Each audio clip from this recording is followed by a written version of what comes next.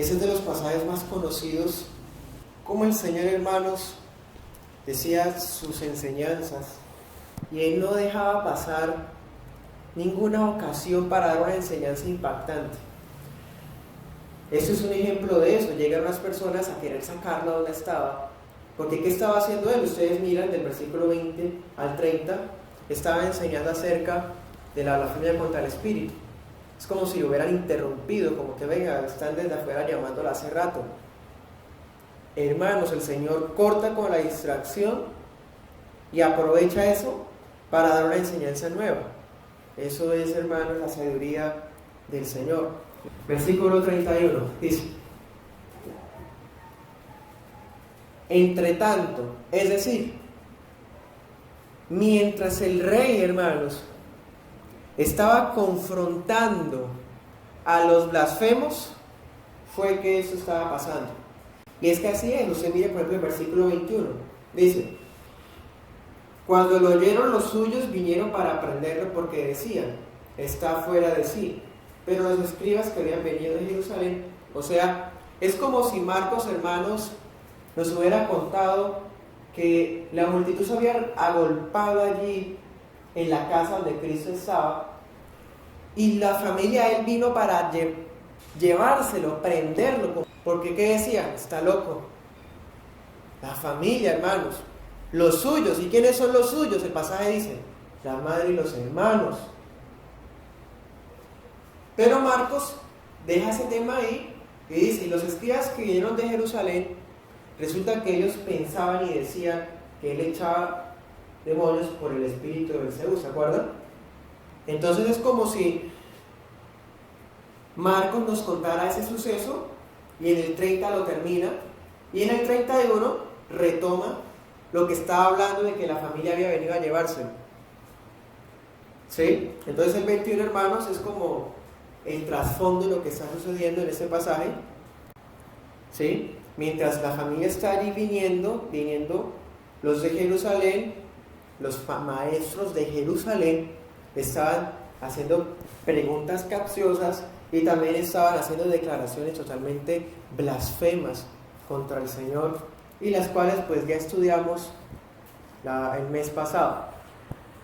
Entonces, mientras el Señor está, hermanos, enfrentando a sus enemigos directamente, ¿se acuerdan? Con la parábola del reino dividido, con la parábola de que nadie puede entrar a la casa de un hombre fuerte sin primero atarlo, y con la enseñanza de que ningún pecado, todos los pecados son perdonados excepto el de la blasfemia contra el Espíritu Santo. 31. Entre tanto, ¿sí? Marcos nos dice que los hermanos del Señor, la madre del Señor, o sea, la familia terrenal, la familia de Él, los consanguíneos, los que se supone que deberían estar apoyándolo porque lo vieron crecer junto a ellos. Y más, hermanos, María, que Gabriel le había dicho la identidad, José también se la había dicho. Entonces ella no era ignorante de la identidad del Señor, pero hermanos, en este punto no sabemos qué le pasa a ella, pero viene a llevárselo. Hoy vamos a mirar un poquito acerca de esos detalles tan particulares. El caso es que la familia, la mamá y con los hermanos, los otros hijos varones de María, vienen a llevarse al Señor. ¿Habían venido desde dónde? Desde Nazaret. Vinieron desde Nazaret solamente para llevárselo. Ustedes se acuerdan en Marcos capítulos 2 y 3 que había gente que venía hasta de otros países para recibir un milagro, y habían otros que eran para escucharlo. Hermanos, la familia viene, pero para llevárselo.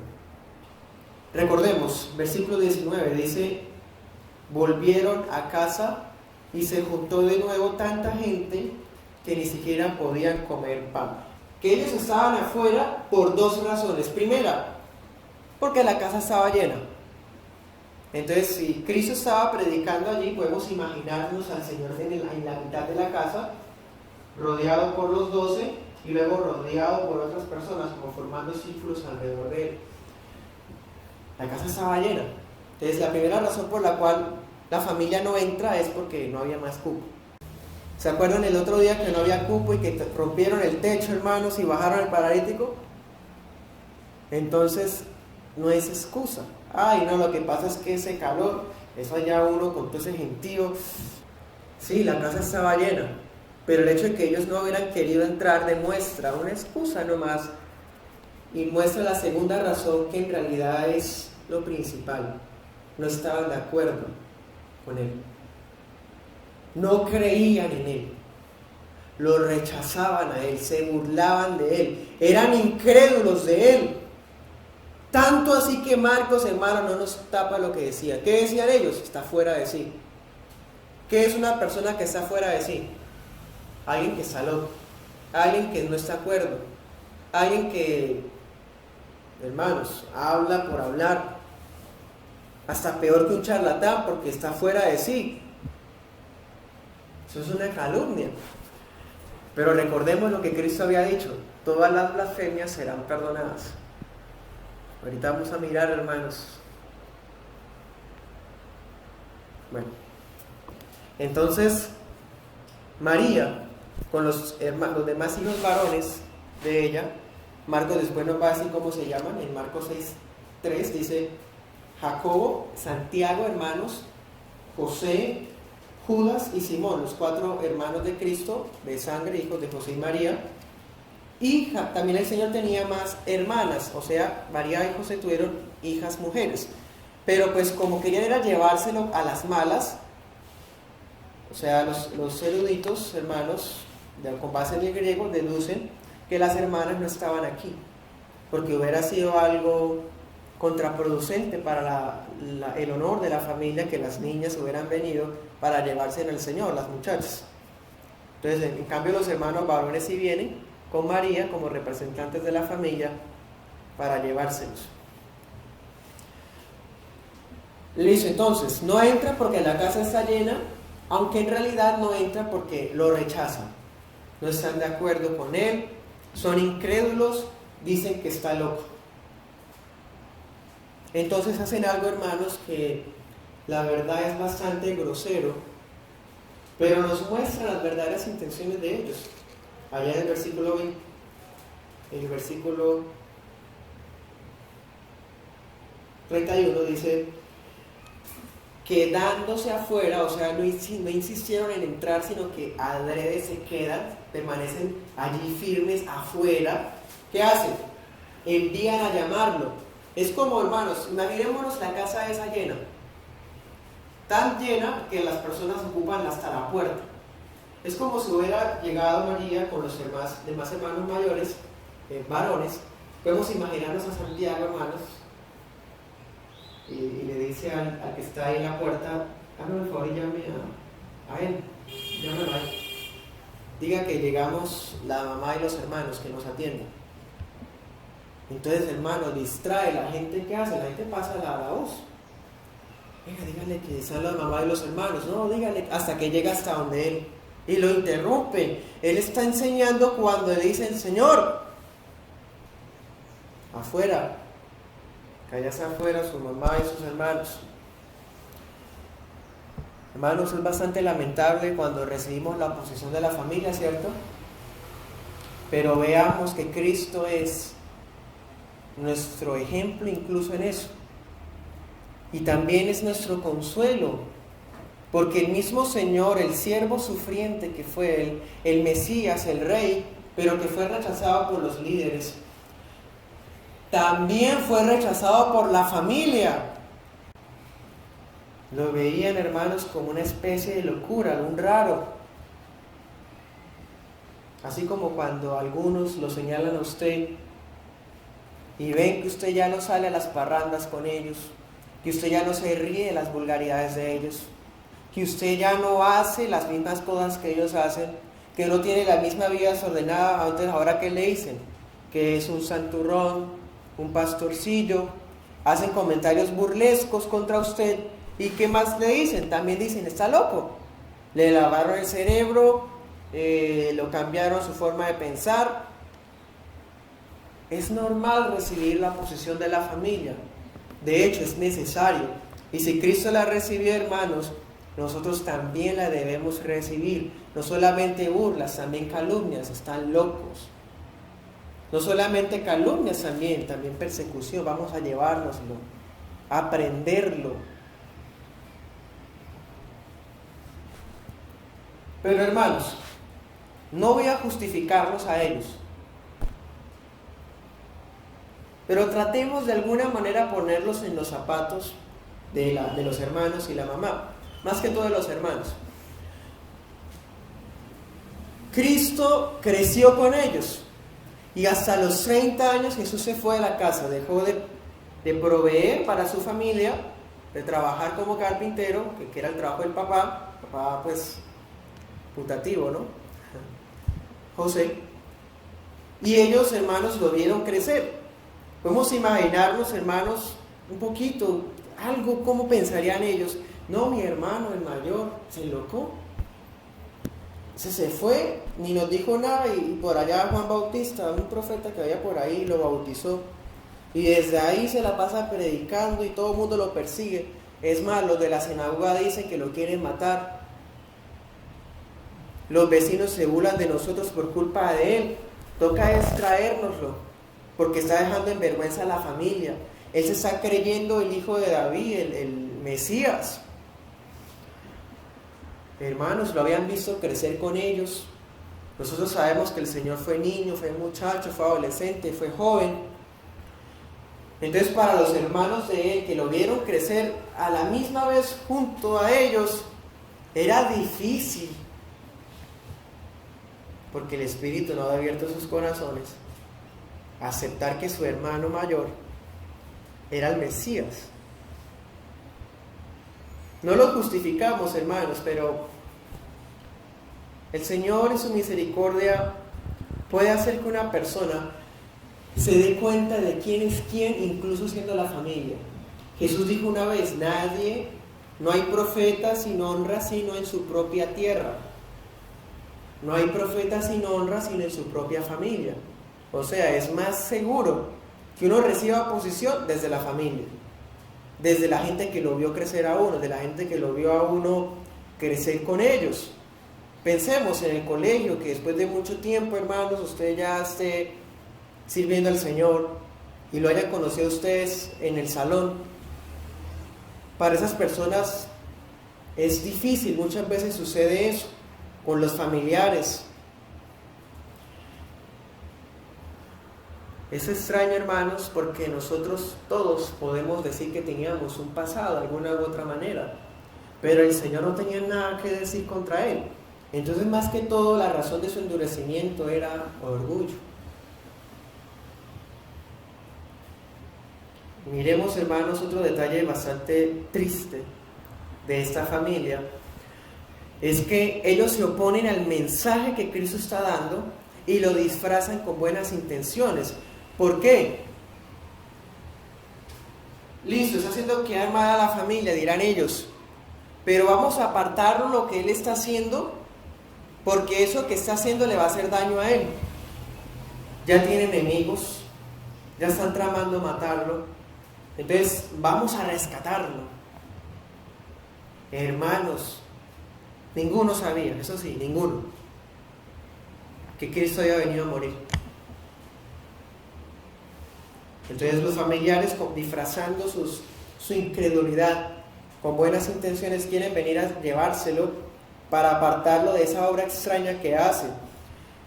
Porque esa obra, hermano, seguro que le iba a traer daño a la vida de él. Lo iban a arrestar, lo iban a meter en la cárcel, iban a quedar deshonrados ellos como familia. Entonces quieren llevárselo.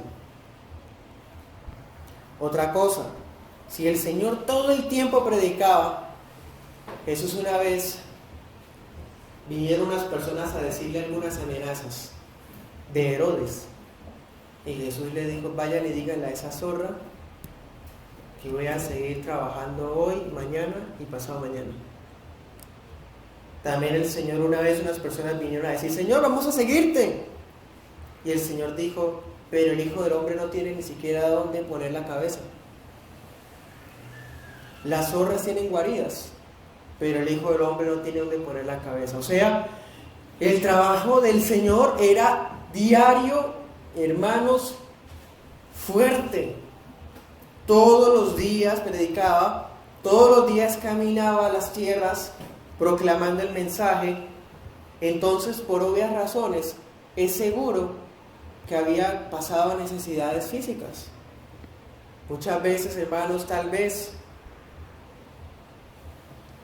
sin comer, sin las comodidades de una casa, de un aseo y una higiene propia de alguien que vive o que trabaja en algo ordinario, algo normal. Entonces ellos quieren, hermanos, como sacarlo de esa forma del Señor vivir, disfrazando las cosas con buenas intenciones. ¿Sí? Entonces, ¿cuántas veces nosotros mismos hemos recibido cuestionamientos por parte de nuestra familia? ¿Sí? Y nuestra familia de la carne nos ve como extraños por nuestra fe, una religión diferente. Y la verdad es que sí. Tenemos la fe salvadora, la religión verdadera de Santiago, capítulo 2. Entonces sí es cierto. Por eso es extraño, porque somos en realidad raros. Raros para ellos, hermanos, es que es así. Porque no somos como ellos, por eso les parecemos raros. Tan acostumbrados a que todos tengan una forma igual de vivir, de pensar, de creer en un Dios a su manera, dibujado a su imagen. Entonces, la experiencia de Cristo es un espejo para nosotros. No solamente para saber que la oposición de la familia es necesaria, sino también para que sepamos cómo debemos actuar frente a esa oposición. Porque, hermanos, el Señor Jesús no se puso a decir, hermanos, el Señor no lo confrontó a María. El Señor no confrontó a todos los hermanos. Pensemos en la niñez. ¿Cuántas veces el Señor fue conciliador cuando habían problemas entre los niños, cuando peleaban? Cuando el Señor siempre daba ejemplo de que era muy honesto, sincero, transparente. Cuando Él daba una sugerencia a la familia, hermanos, al papá para el negocio. O sea, todas esas cosas propias de un hogar que el Señor había mostrado, también nos enseñan cuál es nuestra actitud frente a la oposición. No es una actitud de retaliación. O sea, ¿se están burlando de mí? Ah, pues yo también me burlo de ellos. ¿Están hablando mal de mí? Ah, pero yo también puedo decir cosas de ellos. Yo sé esto y esto de ellos, hermanos. No es la manera. El Señor siempre fue manso, humilde, sencillo. Y cuando recibimos oposición, debemos aprovechar esa manera, primero, de seguir firmes. Así como el Señor, hermano, el Señor ni siquiera les respondió nada, los dejó afuera. No les dijo nada. Mándenme a llamar allá a él. Claro. Hermanos, llega la noticia y dice, ¿quiénes son mi madre y mis hermanos? Mírenlos. ¿Qué pasó con ellos? Los dejó afuera esperando. Nuestra actitud debe ser firme en las cosas del Señor y no cambiar por el qué dirán de ellos. Pero tampoco, como segundo, vamos a reaccionar de una forma grotesca contra ellos, devolviéndoles el mal que nos hacen. Por eso dice la Escritura que debemos enfrentar el pecado, enfrentar el mal con el bien. ¿Sí? Entonces, hermanos, quiero hacer un comentario acerca de los hermanos de Jesús, porque cuando hacía esta enseñanza podía ver, hermanos, cómo la gracia de Dios es tan... nadie se puede escapar de ella. Y definitivamente todos alguna vez, tal vez, blasfemamos al Señor. Tal vez nosotros fuimos parte de aquellos que decían que los evangélicos estaban locos. Tal vez nosotros hicimos parte alguna vez de ese grupo que le hacía daño a los cristianos con sus comentarios, sus ideas y su oposición. Pero vimos, hermanos, que eso no fue blasfemia contra el Espíritu Santo, porque de todas maneras el Señor nos atrapó y ahora estamos aquí. ¿Qué pasaría? O más bien, ¿qué pasó con la familia del Señor? ¿Se quedaron siendo incrédulos? Pues, hermanos, sepan que que los hermanos del Señor, los 4 varones, más como mínimo 2 niñas que habían, y María, andaron en incredulidad durante todo el ministerio terrenal de Jesús. Por ahí, hermanos, María, cuando el Señor estaba siendo enjuiciado, fue que aparece. O tal vez María luego se uniría a las mujeres que le servían al Señor, pero más adelante. Pero hablando de los hermanos, específicamente de ellos, siempre se mantuvieron incrédulos del Señor. Se oponían, hacían comentarios sarcásticos, echaban sátiras contra el Señor. Ahorita vamos a mirar, miremos por ejemplo algunos pasajes. Mateo 12:46. Mira, aquí Mateo lo pone un poquito más claro. Mientras él aún hablaba a la gente, su madre y sus hermanos estaban afuera y le querían hablar. ¿Sí? Ahora miremos Juan 7:2. Vamos a mirar, hermanos, los comentarios sarcásticos que hacían contra el Señor los mismos hermanos. Aprovecho para hacer una aclaración porque un católico romano, idólatra de María, siempre que uno les muestra versículos como este, van a decir que los hermanos eran primos. Y van a irse por la tangente o van a querer escaparse por alguna maroma para decir que esos no eran hijos de María, hermanos, pero la verdad, la palabra griega de primos, la palabra griega para primos, solamente está en la Biblia, en el libro de Hechos de los Apóstoles y en las epístolas. En los evangelios no están. Aquí la palabra hermanos es muy clara.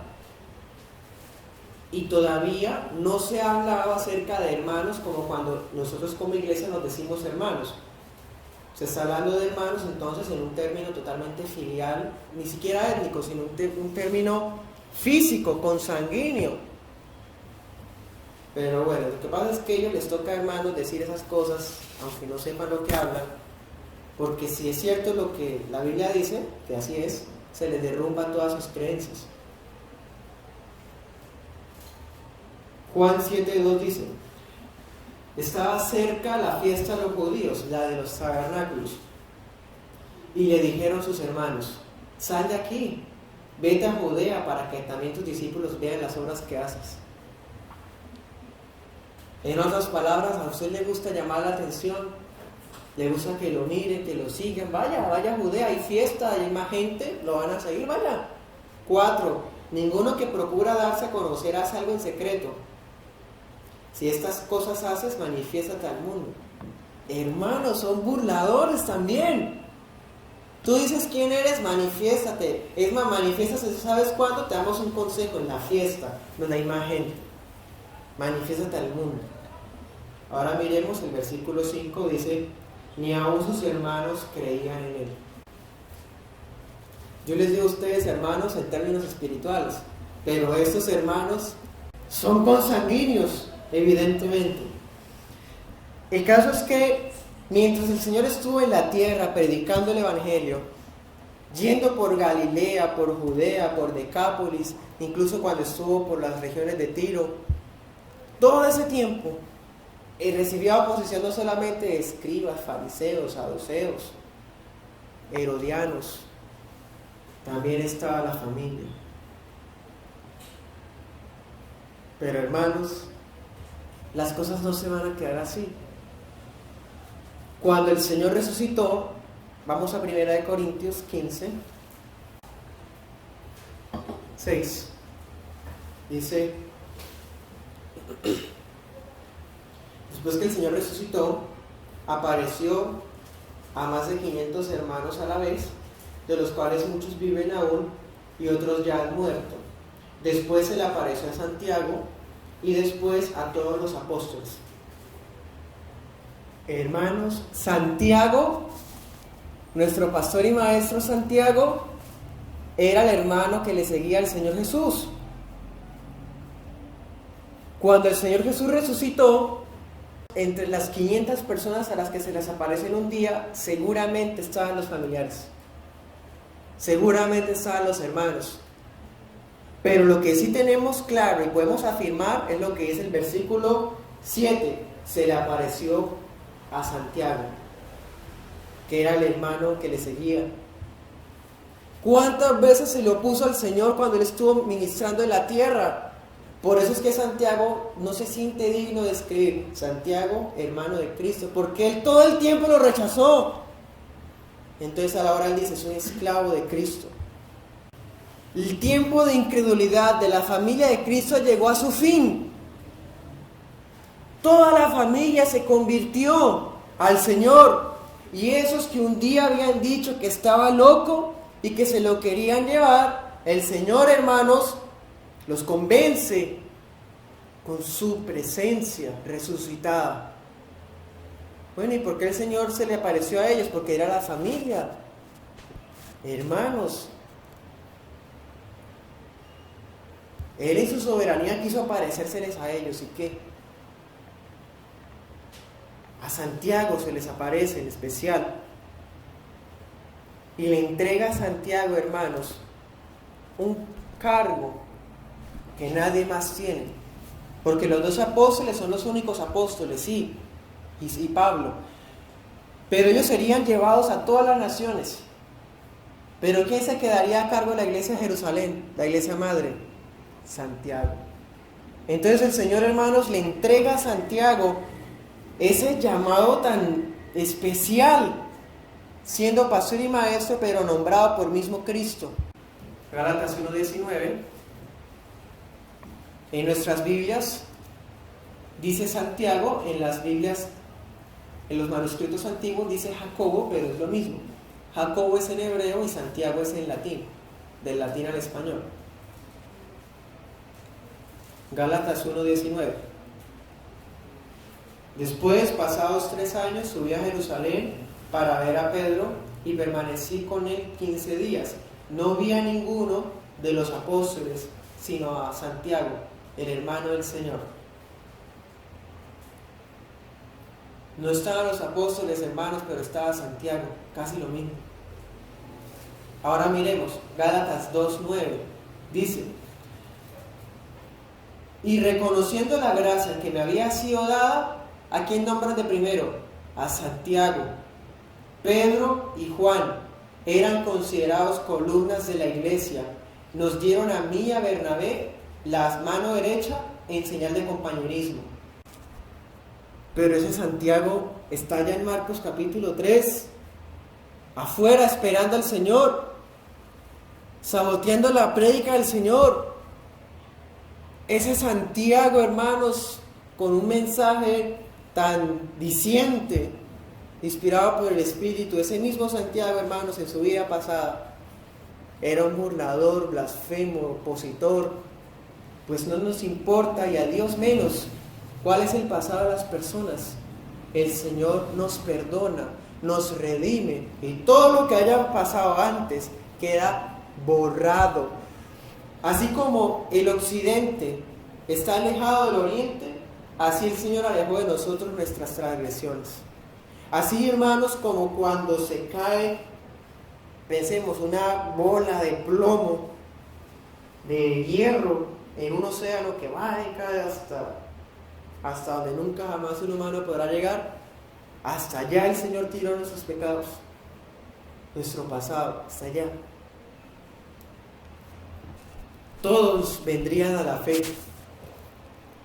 Los hermanos del Señor Jesús vendrían a la fe. ¿Cuándo? Cuando el Señor resucitó entre los muertos, vamos a Hechos capítulo 1, el Señor estuvo en la tierra 40 días más. ¿Para qué? Para restaurar a Pedro, para volver a congregar a los 12, porque ya se querían volver a sus trabajos, ya se querían ir, hermanos. Entonces el Señor los recoge, los reúne, les da revelación de la palabra, les da espíritus de Dios y les da instrucciones que antes no les había dado. Ya vamos al versículo 3, dice: a los apóstoles también, después de haber padecido el Señor Jesús, se presentó vivo con muchas pruebas indubitables, o sea, es indudable, apareciéndoseles durante 40 días hablándoles del reino de Dios. ¿Sí? Cuando terminaron los 40 días, hermanos, versículo 9 dice: habiendo dicho estas cosas, viéndolo de ellos, Jesús fue alzado y lo recibió una nube que lo ocultó de los ojos. El Señor ascendió. Después de los 40 días el Señor fue levantado, hermanos, y llevado por el Espíritu y su misma deidad al cielo, a la diestra de la majestad. Pero en esos transcurso de tiempo, desde la resurrección hasta los 40 días, hasta cuando ascendió, en ese tiempo fue que los hermanos del Señor vinieron a la fe, como nos lo muestra Corintios que acabamos de leer, ¿sí? Y tanto es así que cuando ya el Señor ascendió, ¿qué les había dicho el Señor? En el versículo 8 les dice: ustedes recibirán poder, me serán testigos en Jerusalén, ¿sí? O sea, quédense en Jerusalén mientras les envío el Espíritu Santo. Bueno, entonces el Señor ascendió. ¿Y qué hicieron los apóstoles? Se quedaron en Jerusalén, esperando el Espíritu Santo. Pues hermanos, los apóstoles no estaban solos. Miremos, Hechos 1:14. Dice, leámoslo desde el 13. Cuando llegaron, subieron al aposento alto donde se alojaban Pedro, Jacobo, Juan, Andrés, Felipe, Tomás, Bartolomé, Mateo, Jacobo hijo de Alfeo, Simón el celote y Judas hermano de Jacobo. O sea, los apóstoles, los 11, porque Judas había suicidado. 14. Todos estos perseveraban unánimes en oración y ruego con las mujeres y con María, la madre de Jesús, y con sus hermanos. Aquella misma María, aquellos hermanos que decían que estaba loco y que querían llevárselo, están con los apóstoles esperando el Espíritu Santo en el aposento alto. Entonces lo que pasa en Hechos capítulo 2, que el Espíritu Santo vino, ese día estaba la familia de Jesús también. Habían 120, los apóstoles, la familia de Jesús, más personas que habían creído. Cuando Pedro se paró a predicar, hermanos, ellos estaban ahí, Santiago estaba ahí, María estaba ahí.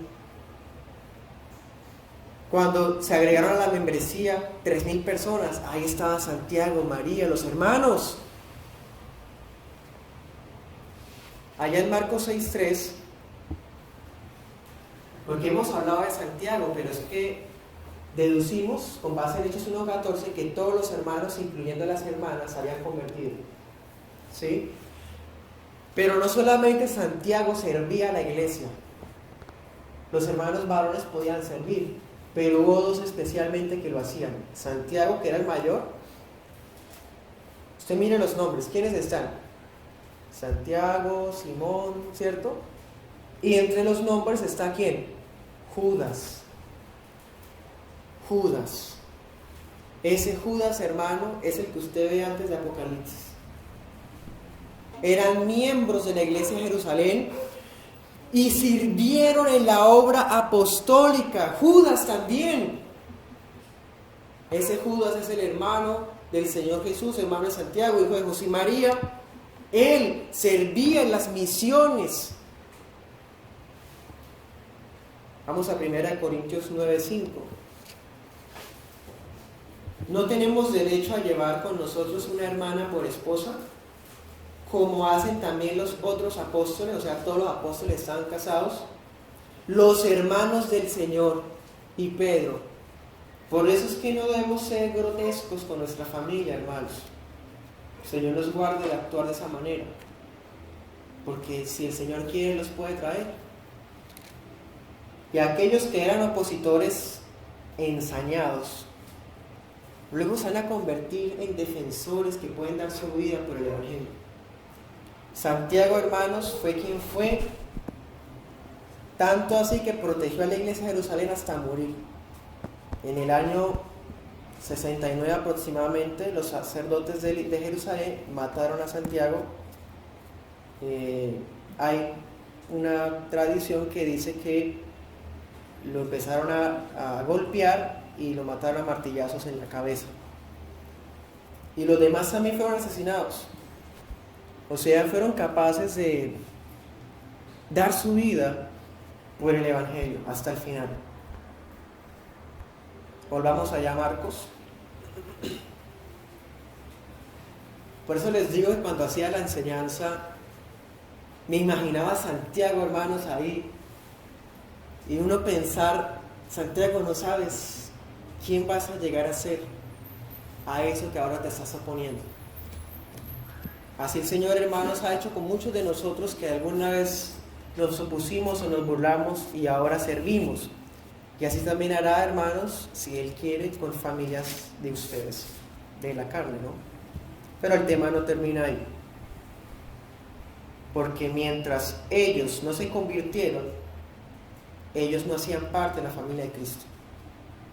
Eran consanguíneos, sí, pero ya ellos quedaron tan afuera que ni siquiera por la mamá Jesús salió ni paró de predicar.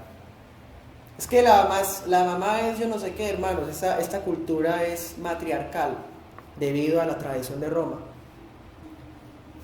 El Señor fue muy claro, tanto así que hasta la madre y a los hermanos los puso al mismo nivel, mostrando que ya no estaba bajo sujeción de ella y también que no por ella iba a dejar de cumplir su ministerio. No se salió, hermano. Es más, miren capítulo 4. Otra vez comenzó a enseñar. Hermano, fue para largo. Sigue enseñando. Puede servir nuestro testimonio para el bien de ellos. Volvamos allá a Marcos 3, versículo 32, dice: la gente que estaba alrededor de Jesús le dijo: tu madre y tus hermanos están afuera y te buscan. Él les respondió diciendo: ¿quiénes son mi madre y mis hermanos? Y mirando a los que estaban sentados alrededor, dijo: miren, estos son mi madre y mis hermanos.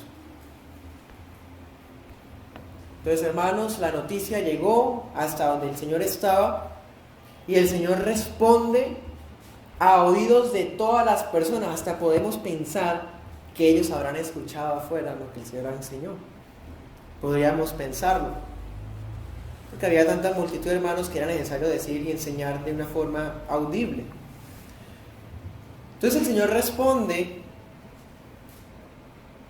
a los que están a su alrededor y aprovecha la ocasión para enseñarles una lección sobre un tema que siempre ha existido, pero que hasta aquí es por primera vez que se habla de él de forma específica: la familia de la fe. La familia de la fe siempre ha existido. Podemos imaginarnos, hermanos, Adán, Eva y Set. Era una familia, piadosos.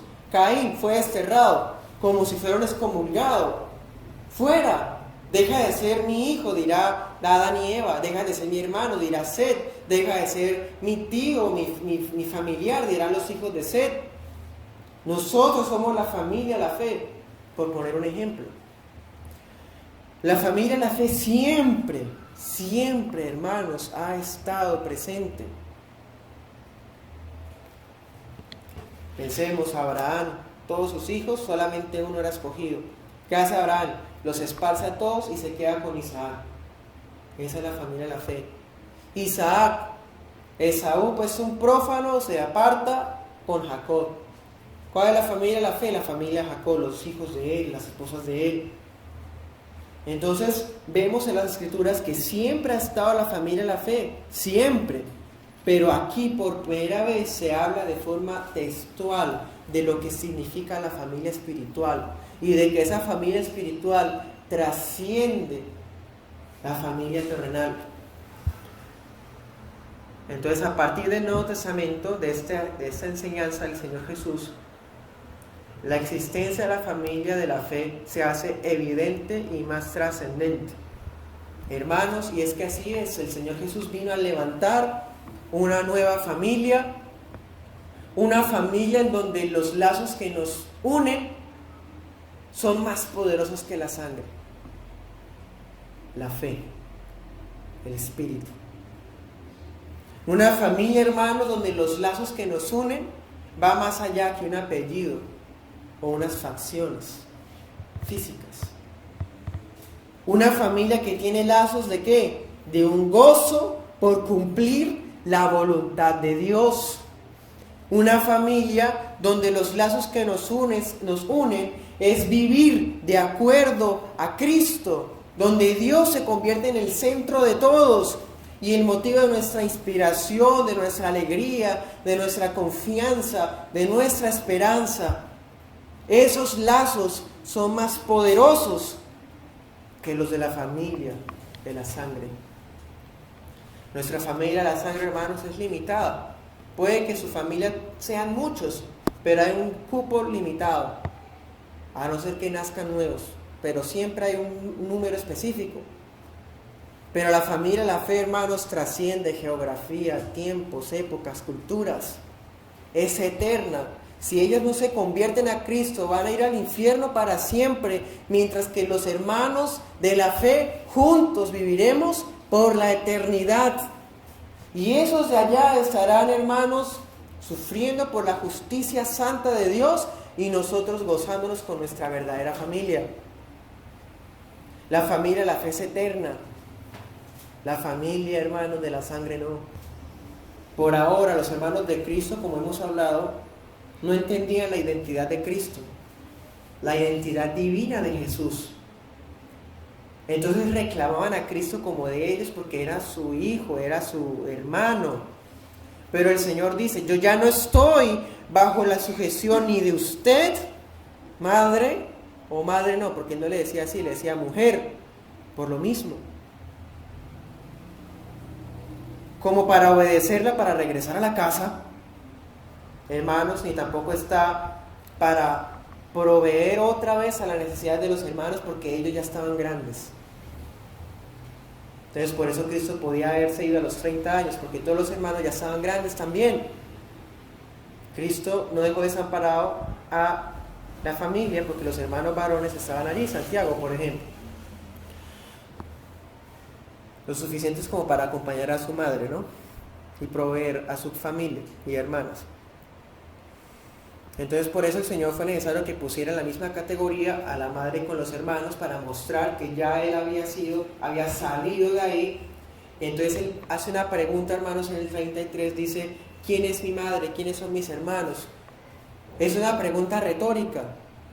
Él no está pidiendo que alguien se la conteste, porque si fuera así, uno que dijera: pues no es la que está allá, la que está allá afuera. Él no quiere que nadie le conteste, hermanos. Es una enseñanza para captar la atención de ellos. Tu madre y tus hermanos te buscan. ¿Quién es mi madre? ¿Quiénes son mis hermanos? Y aquí vemos, hermanos, en ese versículo, otro detalle que el libro de Marcos tiene. Siempre que leemos Marcos, que lo estudiamos, nos damos cuenta de esos detalles. Marcos es el evangelio más lleno de acción y de detalles vívidos de los demás. Dice en el versículo 34: mirando a los que estaban sentados a su alrededor, hermanos, Marcos nos deja este detalle, un detalle vivo. Imaginémonos al Señor: ¿quién es mi madre y mis hermanos? Y Marcos pone ese detallito y se quedó mirando a ellos. Una mirada, hermano, dice mucho. Los miró a todos. Los que estaban ahí, de buena gana, escuchándolo. ¿Y qué les dice? Aquí están. Allá en Mateo 12:49, Mateo agrega un detallito. Marcos nos deja que la mirada, ¿sí? Un detalle que solamente alguien que hubiera estado ahí se hubiera dado cuenta: Pedro. Porque Pedro le contaba a Marcos lo que había vivido. Entonces Marcos escribió todo eso. Y Mateo 12:49 dice que Cristo extendió la mano y los señaló a todos. ¿Sí? Pero es que el detalle de la mirada es mucho más, hermanos, contundente que el de la misma mano. ¿Sí? Pensemos, qué gran privilegio para esas personas que estaban ahí ese día congregados, que el mismo Maestro los haya declarado su familia. Ahora pensemos nosotros, qué gran don el que el Hijo unigénito de Dios nos llame sus hermanos. Hebreos 2:10 hasta el 12 dice: convenía a aquel por cuya causa existen todas las cosas, o sea, la palabra de Dios, Cristo, y por quien todas las cosas subsisten, habiendo de llevar muchos hijos a la gloria, ¿sí? O sea, él vino a formar una nueva familia, hermanos, a llevarle hijos a Dios. Perfeccionara por medio de las aflicciones al autor de la salvación de ellos, dice en el 11, por lo cual no se avergüenza de llamarlos hermanos, diciendo: anunciaré a mis hermanos su nombre, en medio de la congregación te alabaré, dice Jesús. Hermanos, es un gran don de Dios que nosotros hoy podamos ser llamados hijos de Dios. Y si somos hijos de Dios, somos coherederos con Cristo, el unigénito. Y si somos coherederos, porque somos hermanos de Cristo. Entonces, todo aquel que hace la voluntad de Dios, ese es hermano de Jesús, ese es hermana de Jesús y ese es la mamá de Jesús. Mire que lo puso hasta de última, no lo puso ni siquiera de primero. Que una mamá, hermano, diga: yo soy la madre de Jesús. No, hermano, está en la misma categoría. Mi familia, mi hermano, mi hermana, mi madre, son los que hacen la voluntad de Dios. Nadie puede hacer la voluntad de Dios si no ha sido transformado en su corazón, eso ya lo sabemos. Entonces, hacer la voluntad de Dios no es lo que nos convierte en hijos de Dios, porque de por sí nadie podemos lograrlo, a no ser que tengamos la fe salvadora. Las personas podemos llegar a ser hijos de Dios por la fe en Cristo Jesús. La fe en Cristo. Entonces, cuando tenemos esa fe en Cristo, demostramos que somos hijos de Dios, porque ahora somos capaces de practicar la voluntad de Dios. Demostramos que hacemos parte de la familia de Dios, que somos hermanos de Jesús, porque podemos practicar la voluntad de Dios. La fe es lo que nos convierte en hijos de Dios, pero una vez hemos sido regenerados por su poder, la voluntad de Dios se convierte en nuestra vida diaria. La voluntad de Dios se convierte en nuestro camino, en nuestra carretera, en nuestro aire, en nuestro pan, nuestro sol. Ahora, ¿cuál es la voluntad de Dios? Pues hermanos, Lucas 8:21, que es el otro pasaje paralelo, dice que hacer la voluntad de Dios es escuchar la palabra de Dios y obedecerlo. Efectivamente así es.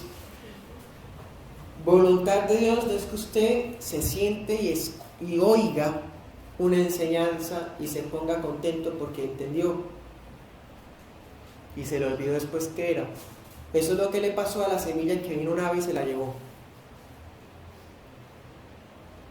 Escuchar, oír la palabra del Señor y dejarse desanimar por los afanes de la vida y las persecuciones que recibe por ser cristiano, y desistir del Señor, eso no es la voluntad del Señor. Así él escuchaba la predicación.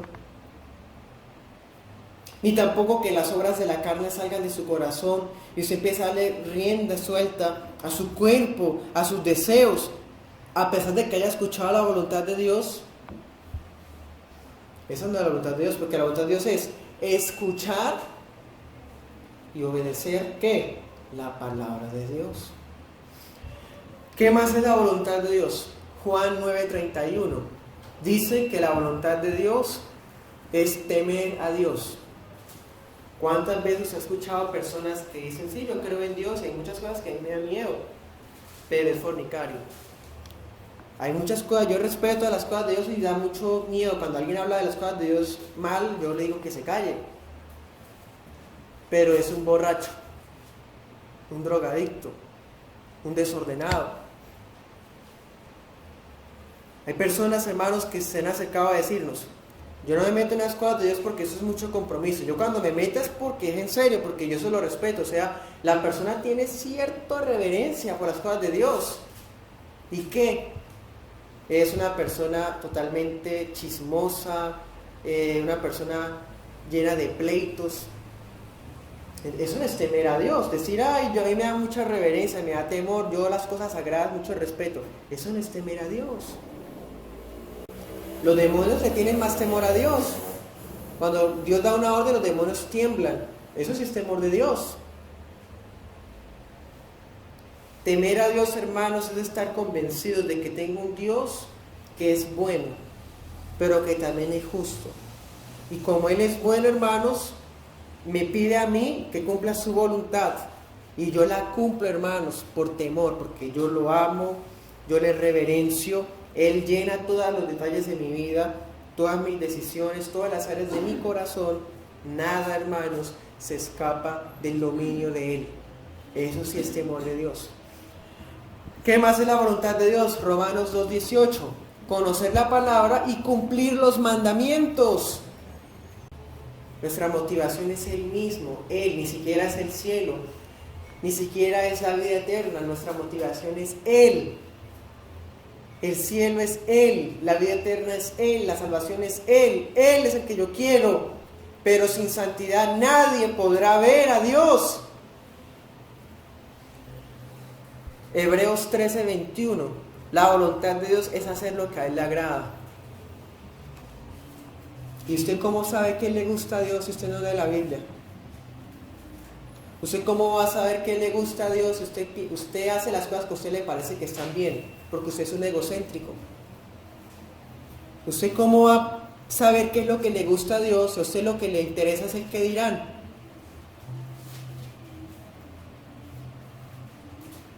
Debemos conocer el carácter de Dios y para eso están las Escrituras y la necesidad de practicar los medios de gracia, la congregación, la oración en la familia, los ayunos en la iglesia. Es importante, hermanos. De esa manera aprendemos a conocer, hermanos, por lo menos un poco más de quién es Él. Y como lo conozco, sabré qué es lo que a Él le gusta. Romanos 12:1. La voluntad de Dios es no adaptarnos a las costumbres y a la mentalidad de los mundanos. Ellos tienen una forma de vivir, unas formas de costumbre, unas ideas. Yo no puedo adaptarme a ellas. Tengo que renovar mi mente. ¿A través de qué? ¿Cómo? Otra vez, la palabra de Dios. Mire que la voluntad de Dios se encuentra ¿en dónde? La voluntad de Dios se encuentra en la palabra de Dios. Fuera de la palabra de Dios usted no puede conocer la voluntad de Dios. Así vaya a un medio, un espiritista o un brujo, mire el chocolate, el café, mate una mosca, no sé, tantos hermanos paganismos ridículos que hay. Mirar las estrellas, mirar un árbol con figura de yo no sé qué cosa, echar un agua de yo no sé qué. Esas tonterías no pueden llevar al ser humano a conocer la voluntad de Dios, porque esos son esotéricas, vanas, paganas, muertas, que solamente un muerto puede practicarlas. Solo la palabra de Dios es la revelación especial y única que puede mostrar cuál es la voluntad de Dios. ¿Cuál es la voluntad de Dios? Primera de Pedro 4:2. No dejarnos llevar por nuestros propios deseos carnales. Primera de Juan 2:17 también lo dice, el mundo y sus deseos pasan, pero el que hace la voluntad de Dios permanece para siempre. Si somos cristianos, hermanos, caracterizados por unas costumbres, unas obras del pasado, no tenemos derecho a volver a practicarlas, porque son nuestros deseos carnales, impulsos, esas cosas, hermanos. La voluntad de Dios, ¿cuál es? Yo quiero que Dios me revele su voluntad. Pues escúchela, es esta: que se aparte de esos deseos carnales, que se aparte de esos impulsos dañinos que salen de su corazón corrupto y salga corriendo a aferrarse a la cruz de Cristo. Efesios 5:16 al 17. La voluntad de Dios es aprovechar bien el tiempo, porque los días son malos. No estamos, hermanos, para andar sentados jugando, estar sentados viendo televisión. No estamos, hermanos, para acostarnos a pereciar, a perder el tiempo, porque los días son malos. Mientras estamos sentados, estamos siendo personas indiferentes, apáticas y endurecidas, porque hay personas que están cayendo al infierno ahora mismo. Discernimos lo que debemos hacer. Si aprovechamos bien el tiempo, el Señor nos da la sabiduría suficiente para saber qué es lo que debemos hacer. ¿Qué más es la voluntad de Dios? Primera de Tesalonicenses 4:13. Es que son varios versículos, solamente se los digo así rápido, se me fue el tiempo. Primera de Tesalonicenses 4:13 es la pureza, la santidad. Es un pasaje al cual ya hemos hecho referencia. A los casados, tratar con pureza a las esposas. Los solteros, guardarse ni tomar una prometida con honor y santificación. Esa es la voluntad de Dios, y no estar jugando a intercambiar noviecitos y noviecitas, o buscando niñitas por las redes sociales, dando me gusta a los noviecitos del pasado, dando me gusta y siguiendo, hermanos, pasiones juveniles. Esa no es la voluntad de Dios. Primera Tesalonicenses 5:18. La voluntad de Dios es que seamos agradecidos, dándole gracias a Dios en todo. Gracias, Señor, por este pollo que pudimos comprar. Gracias, Señor, por esta guapanela y este arroz. Gracias, Señor, porque pudimos comprar ropa. Gracias, Señor, porque tenemos la misma ropa y no has permitido que se desgasten mis vestiduras. Gracias, Señor, por tu provisión, porque tú nos das el pan necesario. Hermanos, gracias. La gratitud es importante. Y es parte de la voluntad de Dios para nosotros. Hebreos 10:35. La voluntad de Dios es que si usted le sirva a Dios, si usted sigue a Cristo, tiene que ser eso hasta el final. Con paciencia, con confianza. ¿Cuántas veces, hermanos, usted lo ha visto? Es tan molesto, ya uno no se molesta porque le cause ira eso a uno. Uno se molesta es porque desprecian algo tan precioso. Se van de la iglesia, hermanos, hasta hablando mal de la iglesia, de las predicaciones, de la alabanza, porque, hermanos, eso es lo que sale de la boca de ellos, podredumbre, porque ellos están podridos también.